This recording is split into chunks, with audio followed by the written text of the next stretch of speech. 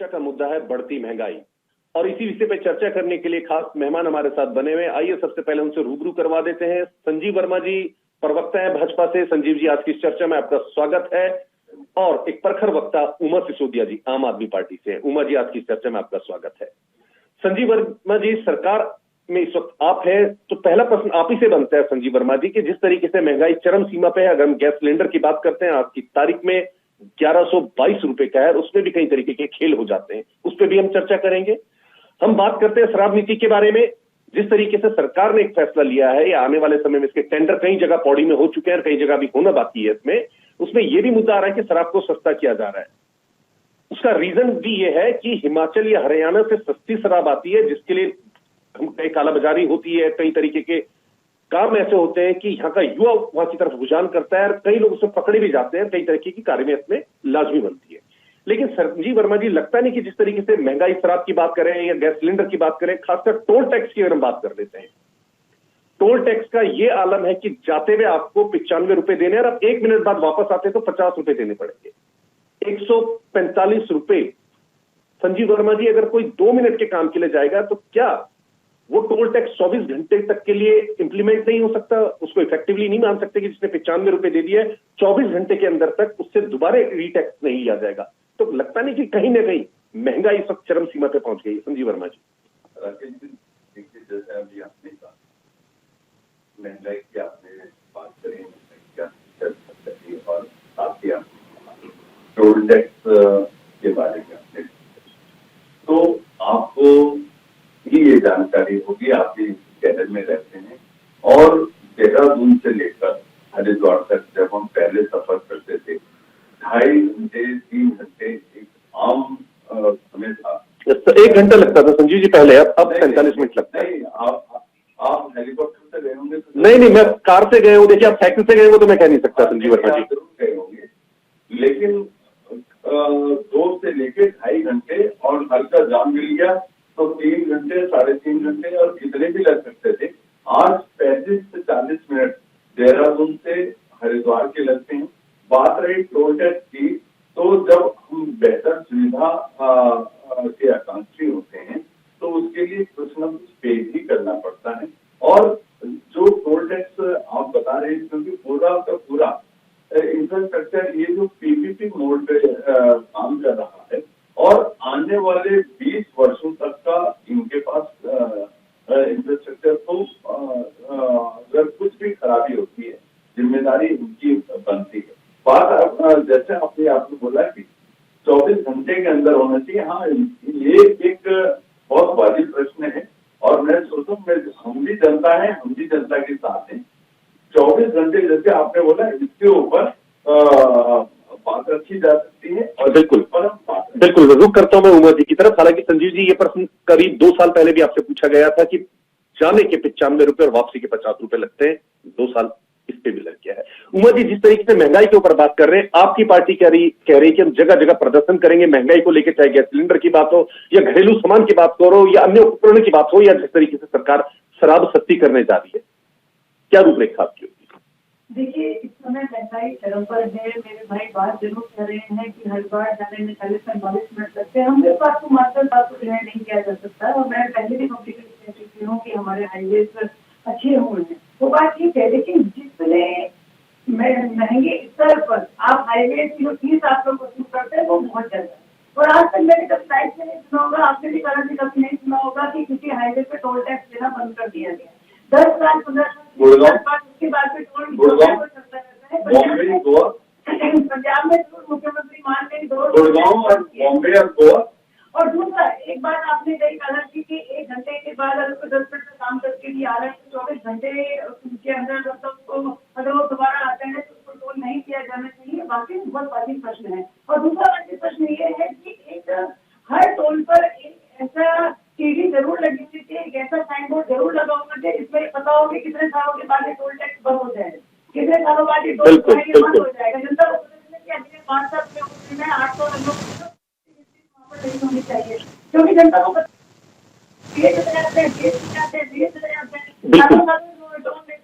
आम जनता को इतना आइडिया नहीं होता ना। उमर जी, आपके नॉलेज में नहीं है क्या गुड़गांव का टोल पूरी तरह से समाप्त कर दिए गए हैं। देखिए भाई साहब, मैंने क्या बोला, हर टोल पे अगर आप एक मीटर इस तरह का लगा दें, हम तो टेक्नोलॉजी में बहुत आगे, हजारों तरह की ऐप बन चुके हैं। अगर आप एक वहाँ पर एक ये भी लगा दें कि आज से इतने दिनों बाद ये टोल जो है बंद हो जाएगा, तो जनता के सामने पारदर्शिता रहेगी कि ठीक है, मैं 10 साल से टोल लिए जा रहे हैं, 8.5 साल रह गए, अभी 8.5 साल के बाद ये टोल बंद होगा। जनता को भी पता चलेगा कि आप इतने सालों बाद अभी टोल में ये बंद होने वाला है।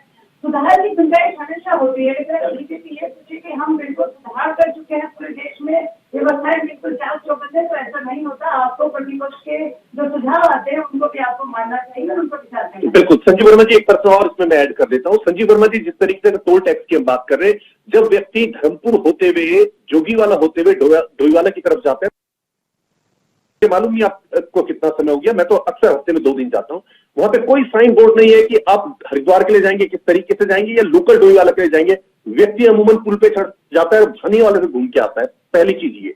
दूसरी, अगर हम ISBT की बात करते हैं, तो वहां पे जिस तरीके का फ्लाईओवर बनाया हुआ है, जाते हुए तो आप फ्लाईओवर से जा सकते हैं, लेकिन वापस आने का उस पर ऑप्शन ही नहीं है। आपको चाहते हुए ना चाहते हुए भीड़ के बीच से नीचे से आना पड़ेगा।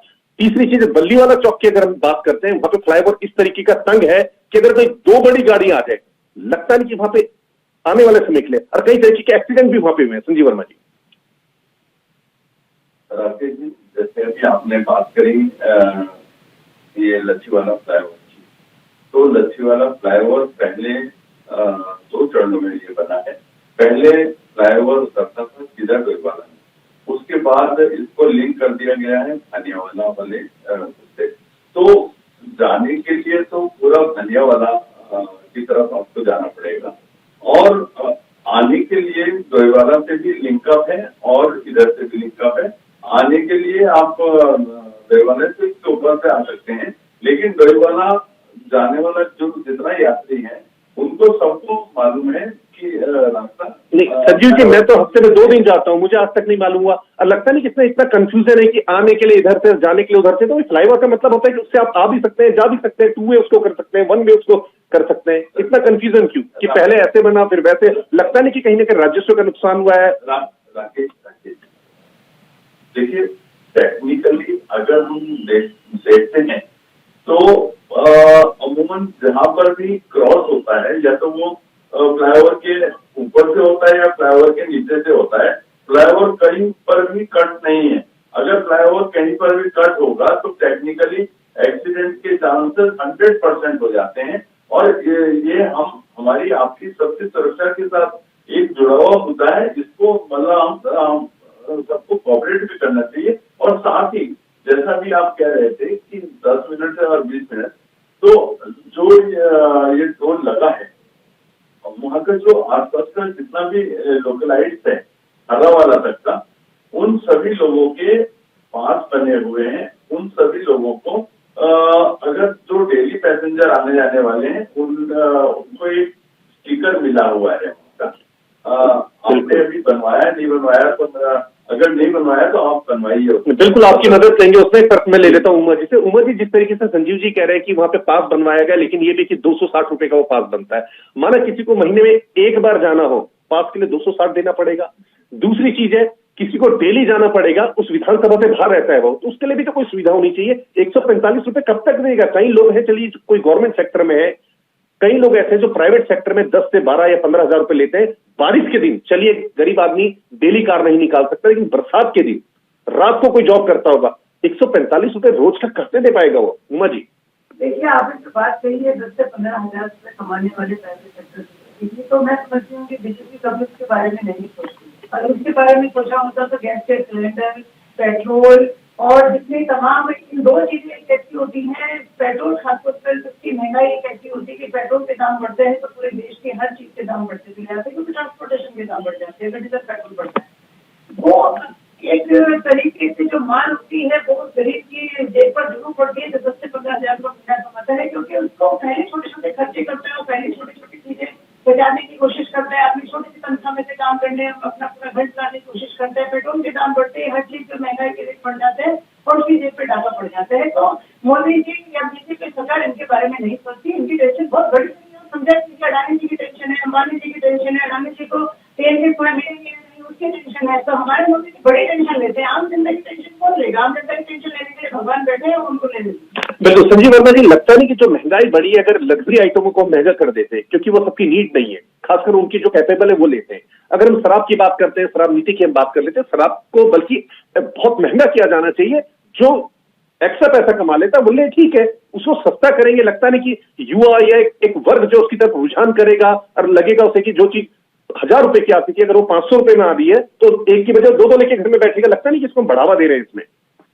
राकेश जी, अभी मेरी बहन ने बात करी कि हम गरीब के बारे में नहीं सोचते, भारतीय जनता पार्टी गरीब के बारे में नहीं सोचती। तो मैं आपको बता देना चाहता हूँ, हमारी सरकार के द्वारा एक बहुत बड़ा निर्णय है, जो हमारा अंत्योदय, जो भारतीय जनता पार्टी का एक दर्शन है कि समाज के अंतिम छोर पर जो व्यक्ति खड़ा है उस तक तमाम जितनी भी नीतियां हैं, योजनाएं हैं, उसका लाभ पहुंचे। और उसी के तहत केंद्रीय स्वास्थ्य मंत्री श्री मनसुख मांडविया जी देहरादून की यात्रा पर थे और उन्होंने एक बहुत बड़ी घोषणा कर, ये केंद्र सरकार की भी हम आभार करेंगे और अपने राज्य सरकार श्री पुष्कर सिंह धामी जी, माननीय मुख्यमंत्री जी का भी इसके लिए हम आभार व्यक्त करेंगे, जिसमें अटल आयुष्मान और आयुष्मान भारत के तहत जितना भी किडनी ट्रांसप्लांट उसमें वो आयुष्मान भारत में अटल आयुष्मान में कवर कर दिया गया है। बहुत बड़ा वर्ग जो धन अभाव में अपनों को खो देता था, अपने अभिभावकों को खो देता था, अपने परिवार को खोने का डर लगातार बना रहता था। अब धन अभाव की वजह से कोई भी व्यक्ति किडनी ट्रांसप्लांट की जिसको आवश्यकता होगी वो वंचित नहीं रहेगा। ये गरीबों के प्रति एक सकारात्मक सोच का एक बड़ा नमूना जो हमारी सरकार ने पेश किया है। मैं सोचता हूँ संजीव जी, इसमें एक प्रश्न ऐड कर देता हूं अपने, किडनी ट्रांसप्लांट जब हम करेंगे, क्या शराब पी के किडनी खराब करेंगे फिर ट्रांसप्लांट करेंगे? संजीव वर्मा जी। राकेश जी, देखिए, जिस आदमी की सोच नेगेटिव होती है, सोच नहीं, ये फर्क में है संजीव जी, फर्क में है। जिस आदमी की सोच नेगेटिव होती ये तभी आपने कहा किडनी को हम ट्रांसप्लांट करवाएंगे, वो हमेशा नेगेटिव सोचता है। और मैं सोचता हूँ आपने जिस तरह से व्यंग करके ये बात करी है, मैं सोचता हूँ बहुत ही शर्मनाक है। संजीव जी, आपके नजरिए से हो सकता है, हम पब्लिक की बात कर रहे हैं। संजीव जी, अगर प्रश्न तीखे होंगे तो उत्तर नहीं बनेंगे आपसे। संजीव वर्मा जी, देखिए, प्रश्न तीखे करना मेरा जॉब है, मेरा काम है। संजीव वर्मा जी, जवाब देना आपका काम है। संजीव जी, आप पे अगर जवाब नहीं पड़ता तो आप कहते कांग्रेस के आदमी है, आप पे जवाब देना नहीं पड़ता तो आप कहते कि व्यंग ठीक नहीं है। संजीव जी, हमारा काम है प्रश्न पूछना, आप इसको डिस्क्राइब करिए ना। प्रश्न पूछिए, लेकिन यानी जख्म दिए आपने। संजीव जी, आप कह रहे किसी के जख्मों के ऊपर, यानी जख्म देना चाह रहे हैं आपने यानी आपने जख्म दिए। संजीव जी, आप कह रहे जख्मों के ऊपर, यानी आप जख्म देते हैं। संजीव जी, इसका मतलब आप जख्म देते हैं? बिल्कुल नहीं, बिल्कुल तो जख्म का सवाल ही कहाँ से आया संजीव जी? मैं बता रहा हूँ, जख्म का सवाल ही कहाँ से आ गया? मैं बता रहा हूँ,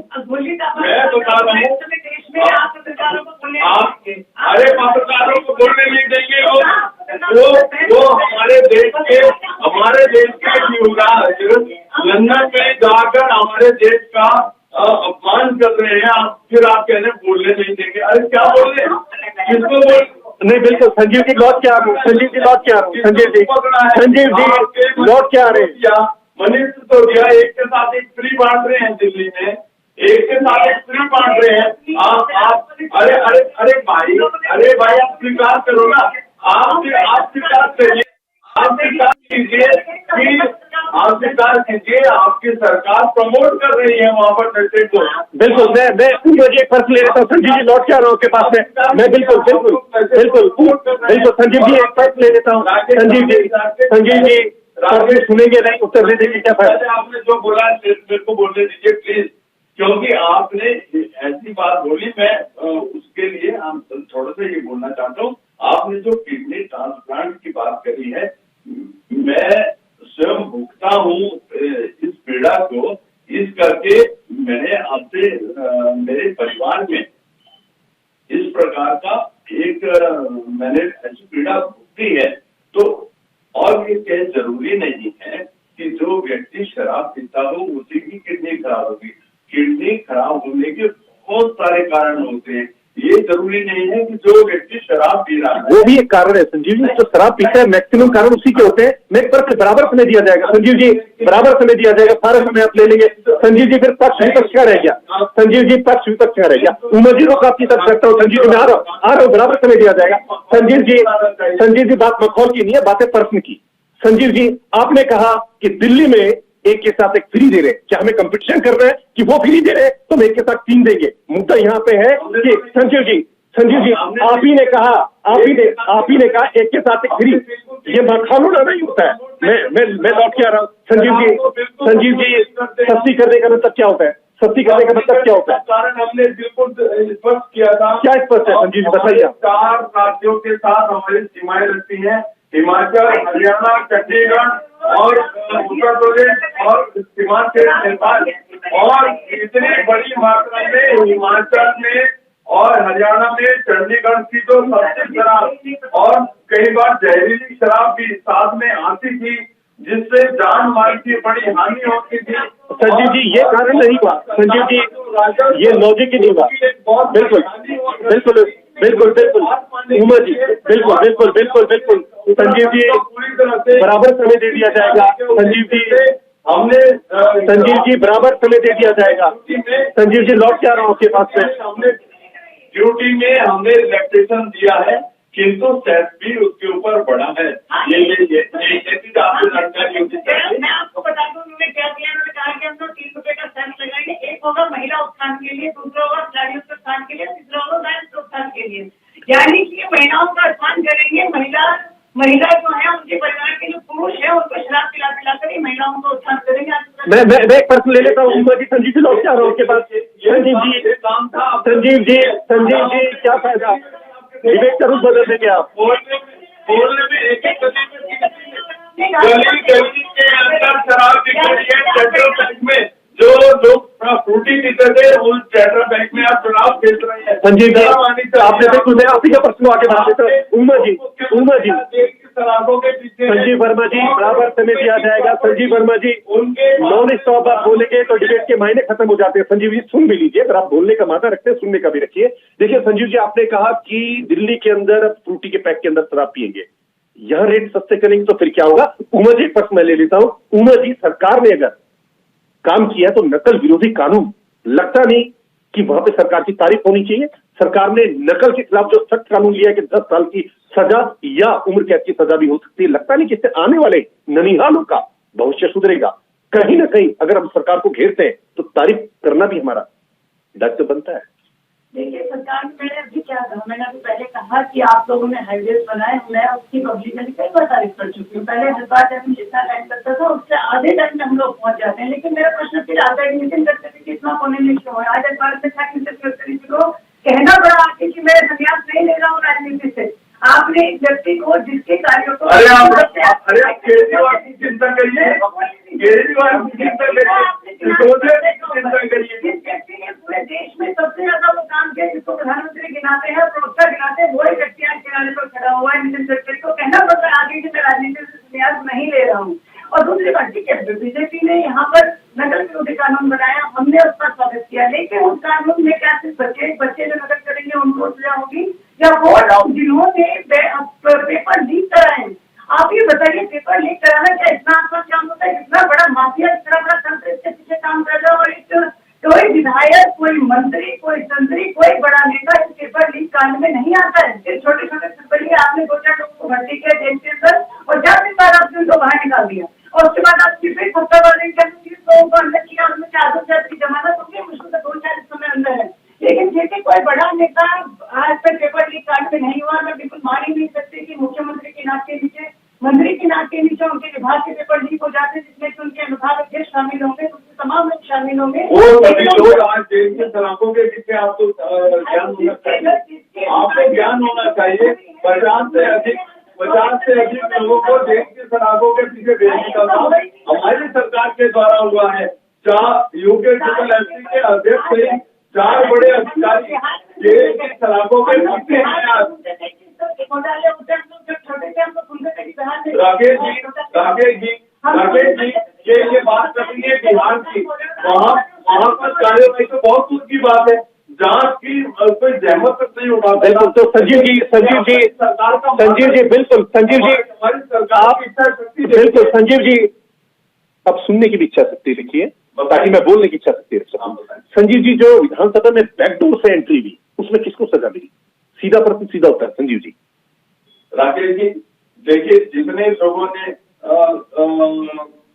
माननीय मुख्यमंत्री जी ने एक बड़ी सोच और एक दृढ़ इच्छा शक्ति का परिचय देते हुए हमारे विधानसभा अध्यक्ष जी से आग्रह किया कि आप जितने भी ये भर्तियां हुई हैं विधानसभा की, उसमें जो भी आपको लगता है कि ये उचित नहीं है या कहीं पर भी आपको धांधली की आशंका होती है, तो आप सबको निरस्त करने का उन्होंने एक आग्रह किया। 1 महीने की जांच के लिए एक कमेटी बनी थी जिसने 20 दिन में ही अपनी रिपोर्ट दी और 21वें दिन तमाम जितने भी लोग थे, जितने भी लोग अवैध तरीके से उसमें शामिल हुए थे, उनको बाहर का रास्ता दिखाने का काम हमारे सरकार के द्वारा किया गया। हम 0 टॉलरेंस की सरकार है। जो भी व्यक्ति अनुचित तरीके से कोई भी काम करेगा उसको दंड के लिए और कार्यवाही के लिए पूरी तरह से तैयार होना। बिल्कुल। उमा जी एक प्रश्न दे देता हूँ। उमा जी देखिए, सरकार ऑल वेदर रूल पे काम करती है, सरकार 370 हटाती है, सरकार राम मंदिर बनाती है। लगता नहीं कहीं ना कहीं प्राउड मूवमेंट होता है कि हम कह सके कि सरकार ने जो बोला वो पूरा किया? देखिए, 370 जब बताया गया तो हमारे राज्यसभा में और लोकसभा में जितने हमारे सांसद थे सबने सरकार को समर्थन दिया। केजरीवाल जी स्तर पर सरकार को समर्थन दिया। आपने राम मंदिर बनाए, केजरीवाल जी ने कहा कि दिल्ली से अयोध्या तक लोग जो हैं उनकी यात्रा फ्री की जाएगी सरकार की तरफ। आपके केजरीवाल जी तो कह रहे थे वहाँ पर शौचालय बना दो। अरे कैसी बात करते हो? अरे कैसी बातें करते हो? आपके केजरीवाल जी ने राम मंदिर का हमेशा अपोज किया है, हमेशा अपोज किया है। बिल्कुल। समय को देखना है संजीव जी, उमा जी समय को देखना है। संजीव जी, उमा जी समय को भी देखना है। समय की अपनी सीमा है। संजीव वर्मा जी, उमा जी, आप दोनों ने आज की चर्चा में भाग लिया, आप दोनों का बहुत बहुत शुक्रिया। हम आपको बताते चले कि आम आदमी पार्टी प्रदर्शन करने जा रही है महंगाई के खिलाफ, लेकिन सरकार का कहना है कि अगर शराब के दाम सस्ते किए जा रहे हैं तो कहीं ना कहीं हरियाणा और अगर हम बात करते हैं हिमाचल प्रदेश, वहां से सस्ती और जहरीली शराब आती है। उसके मद्देनजर, इस तस्करी को रोकने के मद्देनजर ये शराब के दाम हमने सस्ते किए। अगर बात करते हैं महंगाई की तो कहीं ना कहीं सरकार ने राम मंदिर बनवाया। हम बात करते हैं सरकार की, सरकार ने कहीं ना कहीं नकल विरोधी कानून बना के एक एग्जाम्पल सेट किया है इस उत्तराखंड की देवभूमि तपोभूमि में। देखते रहिए वीआईपी न्यूज। नमस्कार।